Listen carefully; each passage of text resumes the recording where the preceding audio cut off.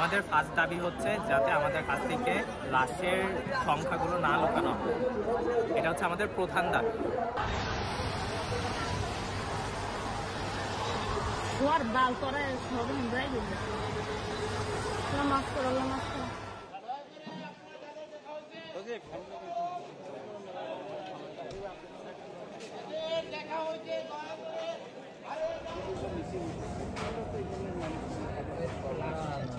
ওই যে ফ্লাইটে ওখানে এই রুমে যারা এরা বেশি